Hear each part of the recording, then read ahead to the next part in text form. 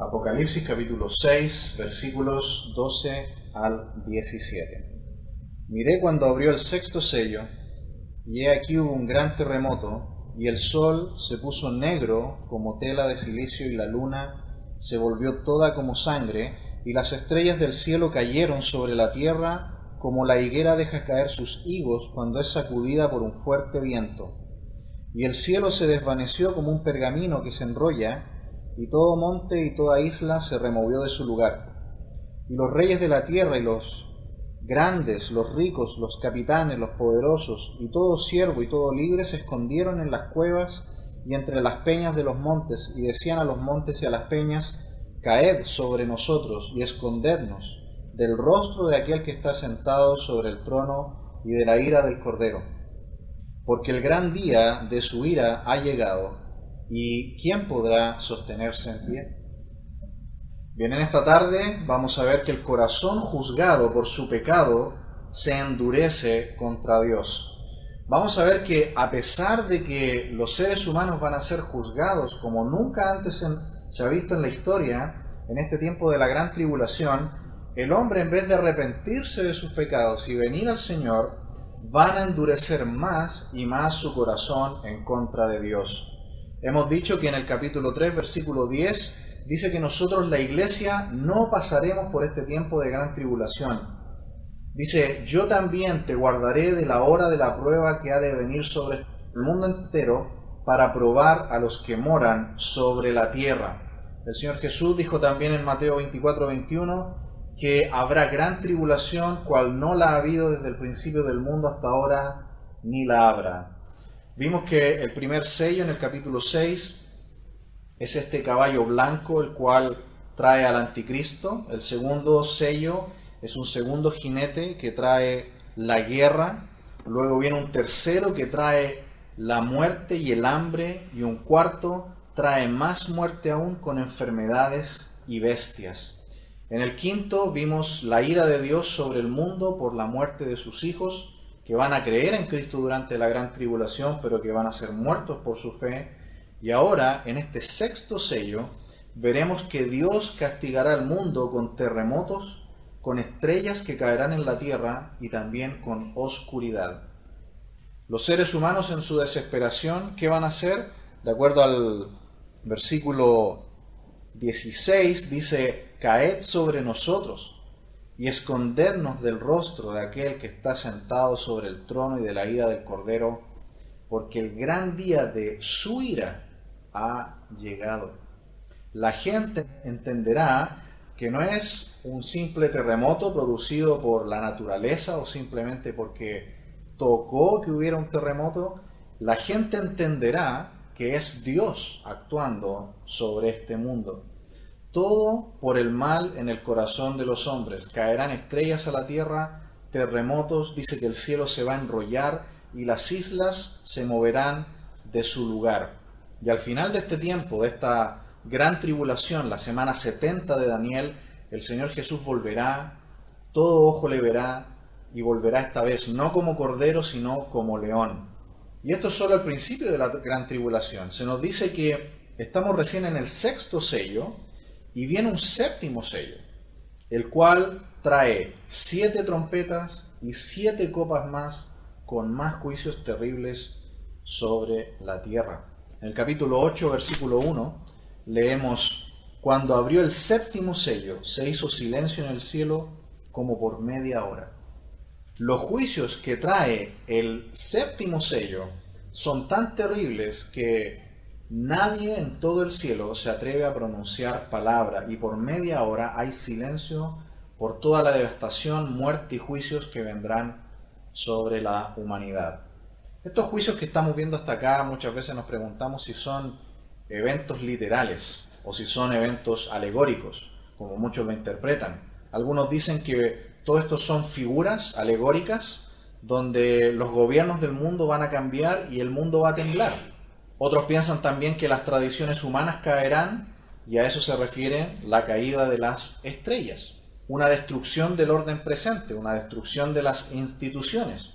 Pero vemos que la reacción de las personas nos hace ver que aparentemente no son cosas alegóricas, sino que son cataclismos literales. Porque los versículos 16 y 17 dice que los seres humanos se van a querer esconder en cuevas, van a pedirle a las rocas que los escondan de la ira del rostro de Dios. Cuando nosotros vamos a la historia, nos damos cuenta que la iglesia, por lo menos en los primeros 3 siglos, creían en la interpretación literal de la palabra de Dios. Quiero mostrarle un ejemplo. Acompáñeme por favor a Lucas. Lucas, capítulo 1, por favor. 31. Dice, y ahora concebirás en tu vientre, darás a luz un hijo y llamarás su nombre Jesús. Esta es una profecía. ¿Cómo fue su cumplimiento? ¿Literal o alegórico? Fue literal. No fue una alegoría, no fue o algo simbólico, fue literal. Veamos otro ahí mismo, versículo 32. Este será grande y será llamado Hijo del Altísimo, y el Señor Dios le dará el trono de David, su padre. Otra profecía. ¿Cómo se cumplió? ¿Literalmente o alegóricamente? También ya se cumplió. Literalmente la palabra de Dios dice que todo esto ya se cumplió. El Señor Jesucristo venció la muerte, cumplió el propósito y ahora volvió a la diestra del Padre. Y todo lo que dice este versículo 32 se cumplió. Uno más, versículo 33. Y reinará sobre la casa de Jacob para siempre y su reino no tendrá fin. Esta profecía todavía no se cumple. Es lo que esperamos que se va a cumplir en el reino mesiánico cuando el Señor vuelva al final de la gran tribulación en Armagedón y establezca su reino sobre la tierra. Pregunta, ¿cómo se va a cumplir esta profecía? ¿Simbólicamente, alegóricamente o literalmente? Como hemos visto hasta aquí, todas las profecías del Antiguo Testamento y del Nuevo Testamento que se han cumplido todas literalmente. Por lo tanto, las que faltan por cumplir, ¿cómo se van a cumplir? Por lógica, literalmente, pero hay toda una escuela de interpretación alegórica que dice que no, que todas estas cosas se han de cumplir alegóricamente. Más adelante vamos a profundizar más en esto de la hermenéutica, pero quiero leerle 2 ejemplos de la historia de la Iglesia, donde en los primeros 3 siglos de la Iglesia, los cristianos entendían el cumplimiento de la Biblia siempre de manera literal. Por ejemplo, Justino Mártir, que vivió en el 2º siglo, se cree que nació en el 100 y murió en el 165, escribió lo siguiente: sabemos que habrá resurrección de los muertos y 1000 años en Jerusalén, la cual será edificada, adornada, ampliada, como lo declararon Ezequiel, Isaías y otros. Y además un cierto hombre con nosotros llamado Juan, uno de los apóstoles de Cristo, predijo por revelación que le fue dada que aquellos que creyeran en Cristo pasarían 1000 años en Jerusalén y que después de ello la resurrección general. ¿Cómo se creían los primeros cristianos de los primeros 3 siglos que se cumplirían las profecías por cumplir? Simbólicamente, espiritualmente, de manera alegórica. Literalmente. Uno más. Ireneo, obispo de Loyón, que vivió también en el siglo II de nuestra era, escribió lo siguiente: pero cuando este anticristo haya devastado todas las cosas de este mundo, reinará por 3 años y 6 meses, y se sentará en el templo de Jerusalén, y después el Señor vendrá del cielo en las nubes en la gloria del Padre, enviando a este hombre y a los que le seguían al lago de fuego. Pero introduciendo en la era del reino, esto es, el descanso, el santificado 7º día y restaurado a Abraham la herencia prometida, reino acerca del cual el Señor declaró que muchos viniendo de oriente y de occidente se sentarían con Abraham, Isaac y Jacob. Por eso la bendición anunciada pertenece indudablemente a los tiempos del reino, cuando los justos regirán después de haber resucitado de entre los muertos. ¿Cómo se interpretaba entonces la profecía que faltaba por cumplir en los primeros 3 años de la Iglesia? ¿Simbólicamente, espiritualmente o de manera literal? Ellos la creían literalmente. ¿Qué ocurrió? Hubieron 2 escuelas de interpretación, y ahora sí volvemos al capítulo 6 de Apocalipsis, que dividieron la interpretación de la Biblia en 2. Por un lado, durante los primeros 3 siglos de la Iglesia, incluyendo parte del 4º, por supuesto, la escuela de Antioquía, que estaba más hacia el norte de Israel, influyó para esta interpretación literal de la Escritura, interpretación literal de la Biblia. Pero en el sur, realmente en el norte de África, en Alejandría, una escuela mucho más influenciada por el pensamiento de Platón, introdujo la alegoría como instrumento de interpretación de las Escrituras. Por eso que, por ejemplo, si usted lee escritos de grandes intérpretes de la Biblia del siglo IV, como lo fue Agustín de Hipona, él, por ejemplo, interpretaba Juan capítulo 5, cuando él hablaba de este hombre, recuerda que había estado 38 años minusválido y el Señor lo sana. Mire la interpretación que él hizo. Agustín de Hipona, esto del siglo IV, un alegorista. Siendo 40 años un número redondo en la Biblia, explica que a este hombre le faltaban dos cosas, pues llevando enfermo 38 años, concluye que estas dos cosas eran dos grandes mandamientos, el amor a Dios y el amor al prójimo.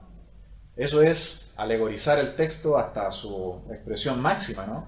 Bueno, Agustín fue el teólogo que más influenció en el siglo IV hasta que llegó la época de la Reforma. Y por eso es que nosotros entendemos que todo ese tiempo la interpretación de la profecía que falta por cumplir se interpretó de manera alegórica, simbólica. Por eso que también hasta el día de hoy grupos hermanos nuestros, evangélicos, pero de la línea reformada, siguen interpretando el milenio y todas estas cosas también de manera alegórica, porque continuaron con la hermenéutica que propuso Agustín en el siglo IV, que tomó la Iglesia Católica y que tienen ellos también hasta el día de hoy. Pero ¿cuál fue la interpretación, la hermenéutica original que tuvo la Iglesia? Fue la interpretación literal. Y de hecho, si miramos la Biblia, todas las profecías que se dieron y que se cumplieron, todas se han cumplido de manera literal. Nunca ninguna profecía ya cumplida se ha cumplido alegóricamente. Siempre se han cumplido literalmente. Por lo tanto, llegando aquí al capítulo 6 de Apocalipsis, vemos que estos terremotos, estas estrellas cayendo a la tierra, la oscuridad, la luna teñida en sangre, veremos que son eventos cataclísmicos que son literales. Versículo 12 dice: miré cuando abrió el sexto sello, y he aquí hubo un gran terremoto, y el sol se puso negro como tela de silicio, y la luna se volvió toda como sangre. El Señor entonces abre el sexto sello, que es un nuevo juicio sobre la tierra. Y este juicio tiene en primer lugar un terremoto global. No es un terremoto en un solo lugar. La historia nos dice que en 1960, en Valdivia, Chile, ocurrió el más grande terremoto que se ha medido en la historia. No hay nivel para medirlo porque sobrepasó todos los niveles, tanto de Mercalli como Richter, que miden los terremotos. Valdivia hoy día tiene otra geografía después del terremoto del año 60. El terremoto que se menciona acá no tiene ninguna comparación con el del año 60. Este terremoto no va a ser en un solo lugar. Dice que va a ser un terremoto a nivel global. El Señor va a tomar en su mano este planeta y lo va a sacudir de una manera como nunca ha ocurrido en la historia. Y el Señor lo dijo en Mateo 24. Permítame leerle algunos pasajes. En Mateo 24, versículo 7, el Señor dijo: se levantará nación contra nación y reino contra reino, habrá pestes, hambres y terremotos en diferentes lugares. Se fija, no va a ser en un solo lugar, va a ser en todo el globo terráqueo. También en Marcos capítulo 13, el Señor dijo: se levantará nación contra nación, reino contra reino, y habrá terremotos en muchos lugares, habrá hambres y alborotos, y esto será el principio en estos dolores. Solo el principio. El mismo versículo, pero en Lucas, en el capítulo 21, versículo 11, dice: y habrá grandes terremotos, y en diferentes lugares hambres y pestilencias, y habrá terror y grandes señales del cielo. ¿Cuándo van a ser las señales? ¿Antes del arrebatamiento de la iglesia o después del arrebatamiento de la iglesia? Muchos piensan que estamos esperando señales para que ocurra el arrebatamiento de la iglesia, y no. Todas las señales van a comenzar en la tribulación, después del arrebatamiento de la iglesia. Por eso que siempre decimos que no hay nada que impida la venida del Señor. Él podría venir hoy por su iglesia. Amén por eso, ¿no? No nos debe atemorizar, todo lo contrario. En Ezequiel también, capítulo 38 y versículo 19 dice: porque he hablado en mi celo y en el fuego de mi ira, que en aquel tiempo habrá gran temblor sobre la tierra de Israel. También en Joel capítulo 2 versículo 10 dice: delante de él temblará la tierra, se estremecerán los cielos, el sol y la luna se oscurecerán y las estrellas retraerán su esplendor. En Ageo capítulo 2 versículo 6 dice: porque así dice Jehová de los ejércitos, de aquí a poco yo haré temblar los cielos y la tierra, el mar y la tierra seca. ¿Qué vemos aquí? Cuando Dios habla, cuando Dios juzga la tierra, ¿qué lo acompaña? Terremotos, temblores, estremecimientos de la tierra. Cuando hay temblores, cuando hay terremotos en la Biblia, es siempre sinónimo de que el Señor está juzgando a la humanidad. También cuando Él habla, por ejemplo, cuando Moisés estaba en el monte Sinaí recibiendo las tablas de la ley, ahí en Éxodo capítulo 19 y versículo 18, mire lo que pasó, dice: todo el monte Sinaí humeaba, porque Jehová había descendido sobre él en fuego, y el humo subía como el humo de un horno, y todo el monte se estremecía en gran manera. Cuando el Señor Jesucristo estaba clavado en la cruz y murió, ¿qué ocurrió? Hubo un gran terremoto, dice en Mateo 27, 51, dice: y he aquí el velo del templo se rasgó en dos de arriba a abajo, y la tierra tembló y las rocas se partieron. ¿Y qué pasó también cuando el Señor resucitó? También, y dice Mateo 28, versículo 2, y hubo un gran terremoto, porque un ángel del Señor, descendiendo del cielo y llegando, removió la piedra y se sentó en ella. Así que remoción de la tierra, temblores, acompañan al juicio. Nota que en el Antiguo y en el Nuevo Testamento es algo literal. Si se habla de temblores, de estremecimiento de la tierra, no está hablando de hechos simbólicos, de hechos alegóricos. No, debemos interpretarlo literalmente. También se nos dice que el sol se va a poner negro como la tela del silicio. Yo nunca he visto esta tela, pero en la antigüedad, si Juan la comparó con esto, debe ser algo muy, muy negro, algo muy oscuro. ¿Han ocurrido eventos así, similares, también en la historia o en la Biblia? Si vamos solamente a la Biblia, permítame también leerle algunas citas. El sol también se oscureció en el pasado, igual que en Egipto, con una de las plagas. En Joel capítulo 2, versículo 30 y 31, dice: y daré prodigios en el cielo y en la tierra, sangre y fuego y columnas de humo. El sol se convertirá en tinieblas y la luna en sangre, antes de que venga el grande y espantoso día de Jehová. Sofonías capítulo 1, versículo 15, dice: día de ira aquel día de angustia y de aprieto, día de alboroto y de asolamiento, día de tiniebla y de oscuridad, día de nublado y de entenebrecimiento. También Isaías, capítulo 13, dice, versículo 9: he aquí, el día de Jehová viene, terrible y de indignación y ardor de ira, para convertir la tierra en soledad y raer de ella a los pecadores. Ezequiel 32, 7, dice: cuando te haya extinguido, cubriré los cielos y haré entenebrecer sus estrellas. El sol cubriré con nublado y la luna no hará resplandecer su luz. Finalmente uno más, estas son las palabras de Jesús ahora en el Nuevo Testamento. Esto es Marcos 13, 22. Dice: pero en aquellos días, después de aquella tribulación, el sol se oscurecerá y la luna no dará su resplandor. ¿Ha ocurrido en la historia? En la historia de la Biblia ha ocurrido muchas veces. No es algo que tengamos que pensar que es un símbolo, no, va a ser literal. En la historia también lo encontramos. Se nos dice que el 19 de mayo del año 1780, todo el noreste de Estados Unidos, el día a mediodía, se oscureció por varias horas. De hecho, esto quedó escrito en la Asamblea del Estado de Connecticut. Quedó escrito que alguien hizo moción para cerrar la sesión porque la tierra se oscureció a plena luz del día.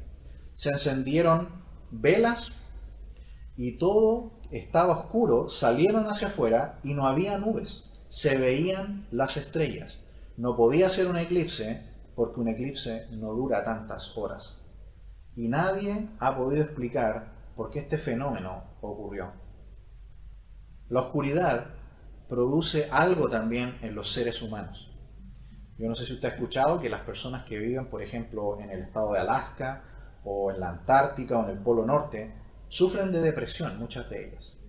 Porque durante el año los días son algunas veces muy cortos y hay a veces épocas del año donde es noche las 24 horas del día y muchas personas pierden el equilibrio mental por la oscuridad, porque la oscuridad deprime al ser humano. La atmósfera ayuda en cómo nos sentimos. Por eso que en muchos lugares, por ejemplo, donde hay sol prácticamente todo el año, la gente tiende a ser más alegre, como en lugares como Centroamérica, por ejemplo. La oscuridad va a producir también un espíritu de depresión en las personas. No solamente habrá oscuridad, dice que la luna se volverá sangre. Si el sol se vuelve negro, entonces la luna va a obtener un color rojizo. Algunos han pensado que esto es una explosión atómica. El pastor Wiersbe en su comentario dice algo interesante. Él dice, algunos estudiosos piensan que estos versículos describen los resultados de una guerra atómica, con el sol y la luna oscurecidos, grandes masas de tierra moviéndose y la gente escondiéndose en agujeros en la tierra para escapar de la radiación atómica. Esto podría ser así, pero necesitamos notar que la gente se esconde de Dios y de su ira, no de una catástrofe causada por el hombre. Cierra fin de la cita. Tenemos entonces que el sol dejará de brillar, los días se volverán oscuros, habrán terremotos como nunca y la luna se verá roja. Versículo 13.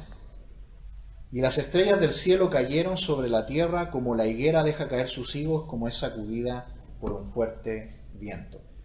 Estas estrellas pueden ser cualquier tipo de astros celestiales, pero no son las estrellas que nosotros vemos brillar.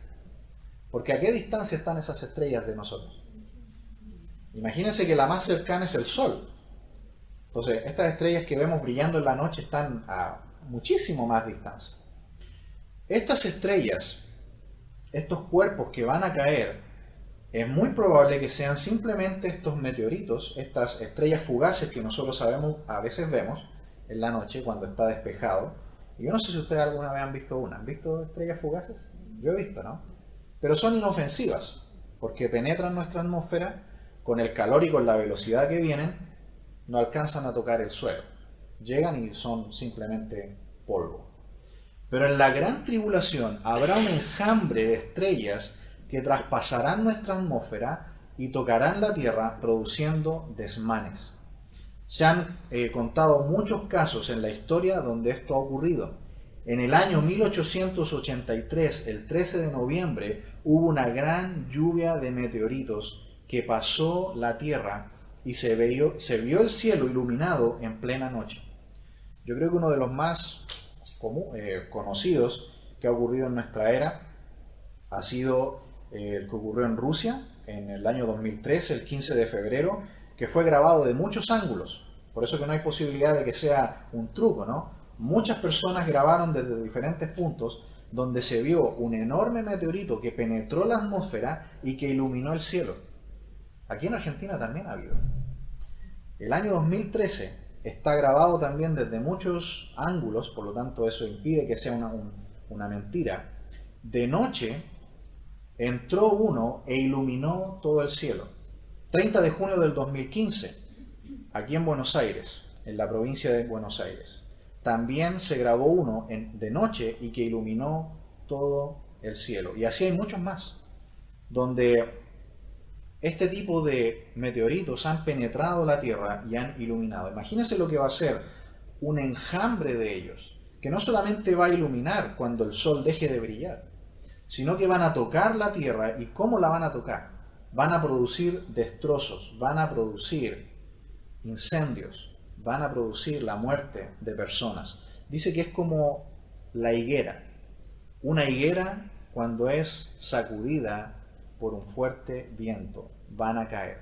Posiblemente se refiere a los higos tardíos o brevas. Son aquellos higos que quedan inmaduros y quedan agarrados del árbol y que después de un tiempo caen por el viento sobre las ramas, son arrojados al piso. Esto ha ocurrido también en el pasado en forma de granizos también, pero este no es granizo. Dice el texto que son estrellas. El término allí es cualquier objeto que pueda estar dando vuelta fuera de nuestra atmósfera. En el tiempo del pueblo de Israel en Egipto y de las plagas, algo similar ocurrió, pero fue algo solamente local en Egipto, con el tema del granizo. Y dice que en Gosén, que era donde estaba el pueblo de Israel, no cayó nada de eso. Esto va a ser diferente. No va a ser granizo, van a ser en este caso estrellas que van a caer a la tierra y que va a ser en toda la tierra. Versículo 14. Y el cielo se desvaneció como un pergamino que se enrolla y todo monte y toda isla se removió de su lugar. El cielo se desvaneció. Henry Morris sobre este caso explica lo siguiente. El desvanecimiento de los cielos como un pergamino es más difícil de entender. Parecen haber dos posibilidades. Una es que nubes de polvo se esparcirán, harán que parezca que el cielo se está enrollando. Sin embargo, el término del uso gráfico de desvanecerse suena mucho más grande. La otra posibilidad es que la corteza terrestre, tan inestable después del diluvio, se impactará por los asteroides y volcanes. Grandes segmentos de ella en realidad se deslizarán y hundirán en el manto plástico de la Tierra. Los geólogos llevan años fascinados con la idea de una brecha continental abierta. Aunque muchos se oponen a tal idea, para los tiempos de hoy, varios han publicado estudios sobre esto. Le llaman el movimiento de la corteza terrestre. Probablemente este evento será el que ocurrirá en el sexto sello, empequeñeciendo a los 5 sellos anteriores y todos los terremotos del pasado. Los que vivan en estas placas movedizas observarán que el cielo se mueve en la dirección opuesta y las personas pensarán que el cielo se está enrollando. Fin de la cita. Así que la destrucción, como vemos aquí, puede no ser una destrucción total del cielo. Esto de la destrucción total del cielo lo vamos a ver más adelante, de acuerdo a lo que nos enseña también 2 de Pedro capítulo 3. Se nos dice también el movimiento de montañas e islas. Grandes partes de la corteza de la tierra se van a deslizar para que esto así pueda ocurrir. Es decir, literalmente islas van a moverse de su lugar, montañas van a moverse también de su lugar. Movimientos literales de tierra. Y esto se explica por los terremotos que se mencionan en el versículo 12. Versículo 15. Y los reyes de la tierra y los grandes, los ricos, los capitanes, los poderosos y todo siervo y todo libre se escondieron en las cuevas y en las peñas de los montes. Se escondieron. Los seres humanos, aterrorizados por todo lo que va a estar ocurriendo en este tiempo de juicio de Dios sobre la tierra, van a esconderse. ¿No es así con el pecado? El pecado impulsa al ser humano a esconderse. ¿No lo hizo así Adán y Eva? Cuando pecaron, lo primero que hicieron fue taparse y esconderse. Como los niños cuando hacen algo malo. ¿No es la actitud de los niños esconderse? ¿O tener una actitud que los delata? El pecado vuelve al ser humano en un fugitivo de Dios. Y aquí vemos que, a pesar de los juicios, en vez de venir a Dios, ellos se van a esconder de Dios. Por esa razón, mucha gente que quizás invitamos a que vengan aquí con nosotros, que vengan a la iglesia, que vengan a escuchar la palabra, no vienen. ¿Saben lo que están haciendo? Se esconden. Porque de alguna manera venir aquí a la iglesia es como exponerse a la presencia de Dios. De alguna manera representa el venir a presentarse delante de Dios. Y por eso no vienen. Se esconden de Dios. Porque eso es lo que hace el pecado. El pecado endurece. Aquí dice que preferirán morir que venir a Dios. Pero hermanos amados, el juicio los alcanzará donde quiera que se escondan. Y en vez de clamar a Dios, dice que van a clamar a las rocas. ¿Se fijaron? Dice van a orar a las cuevas, a los montes y a las peñas. En vez de venir a la roca de los siglos, que es el Señor Jesucristo, van a clamar a las rocas de la tierra. En vez de clamar al Creador, van a clamar a la creación por protección. Claro, todas estas personas, después de tanto tiempo de escuchar a creyentes como nosotros hablándoles del Señor, escuchándolo por radio, por televisión, por mensajes, de repente todo eso va a desaparecer cuando la iglesia sea arrebatada de la tierra. Y con todo eso, aún así, no se arrepentirán. Mire conmigo capítulo 9, versículo 20. Capítulo 9, versículo 20. Y los otros hombres que no fueron muertos con estas plagas, ni aun así se arrepintieron de las obras de sus manos, ni dejaron de adorar a los demonios y a las imágenes de oro, de plata, de bronce, de piedra y de madera, las cuales no pueden ver, ni oír, ni andar. A pesar de todo el juicio, los seres humanos no se van a arrepentir. Mira ahora conmigo capítulo 16, verso 9.